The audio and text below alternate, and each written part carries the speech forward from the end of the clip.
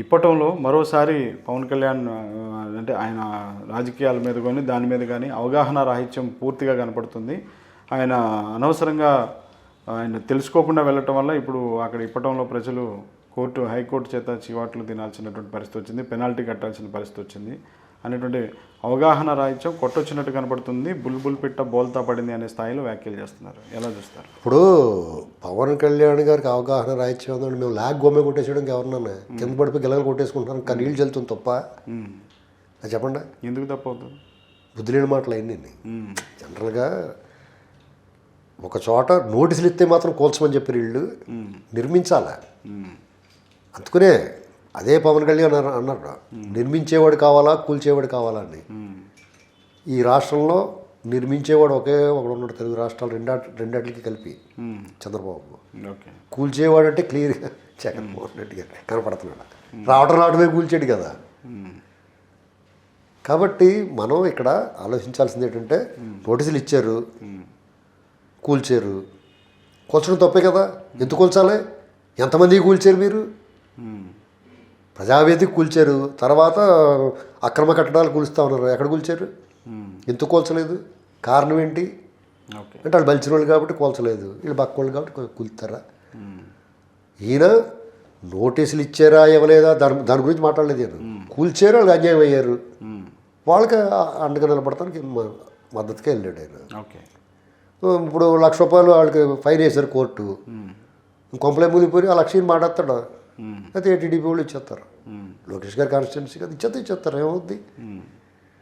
ఏమైనా బాధితులు వాళ్ళు తెలుసో తెలియకో కోర్టుకి వెళ్ళి మా నోటీసులు ఇవ్వలేదండి. ఇప్పుడు సాధారణంగా మీ పీకల మీద వచ్చేసినట్టు ఏమంటాడు ఎవడన్నా, మాకేం చెప్పలేదండి బాబు, చెప్పకుండా పడగొట్టేశారంటారు. చెప్తే మాత్రం పడగొట్టమని ఎవడు చెప్పండి నీకు? ఒకవేళ చెప్తాడే మేము కూలగొట్టేస్తున్నామని, ఎందుకు కూలగొట్టాలి? అక్కడ ఏం అవసరం ఉందని కూలగొట్టాలి? Road winding. ఆ ఊళ్ళోకి ఏమి 20 అడుగుల రోడ్డా? ఊళ్ళో 60 అడుగుల రోడ్డుగా బుద్ధి ఉందా అసలు ఎవరికన్నా? అసలు మాటలు మాట్లాడదు. దాని గురించి ప్రభుత్వాన్ని సమర్థించిన ఎవడన్నా సరే సంఘ వ్యతిరేక శక్తి, యాంటీ సోషల్ ఎలిమెంట్.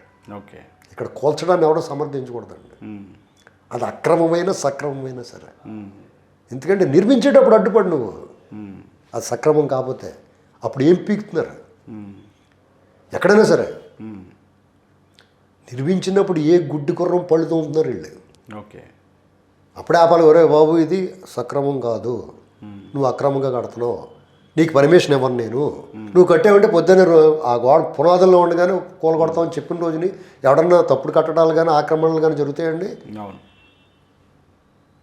3.5 ఏళ్ళు అయిందా ఇవాళ గుర్తుకొచ్చింది వాళ్ళకి. అంటే అక్కడ ఇంటెన్షన్ అర్థం అవ్వట్లేదా మీకు? పవన్ కళ్యాణ్ గారికి భూమి ఇచ్చారు అంటే వీళ్ళు ఏం చేద్దాం అనుకుంటున్నారో, పవన్ కళ్యాణ్ గారు సబ్ పెట్టుకుంటారు, వాళ్ళు పర్మిషన్ ఇవ్వరు. ఏదైనా కళ్యాణ మండపం బుక్ చేసుకుంటే ఎవరెవరు వాళ్ళు బెదిరిస్తారు. ఎవడో రైతు వచ్చి ఇచ్చాడు అంటే అక్కడ ఏం జరుగుతుంది ఆంధ్రప్రదేశ్లో? మీరు దేనికి సంబంధిస్తున్నారు? ఎవరైనా సరే వాళ్ళకి అనుకూలంగా మాట్లాడే వాళ్ళైనా వ్యతిరేకంగా మాట్లాడే వాళ్ళని ఆలోచించుకోవాలి. మీరైనా నేనైనా ఇంకొకడైనా మనం మాట్లాడగలుగుతున్నాం అంటే ఈ దేశంలో అంబేద్కర్ గారు ఇచ్చిన రాజ్యాంగం ఇచ్చిన హక్కు, ప్రాథమిక హక్కులై ఆ హక్కులకు భంగం కలిగిన రోజున ఇవాళ మనకు నచ్చవచ్చు ఒక వ్యక్తి, రేపొద్దున అదే వ్యక్తి మనకి అతను కూడా కాపాడలేని పరిస్థితులకు వెళ్ళిపోతాం మనం అతని విధానాల వల్ల.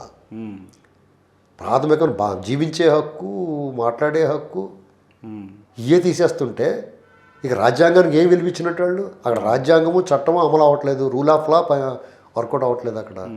అటువంటిప్పుడు వాళ్ళు ఏ రకంగా సమర్థిస్తాం?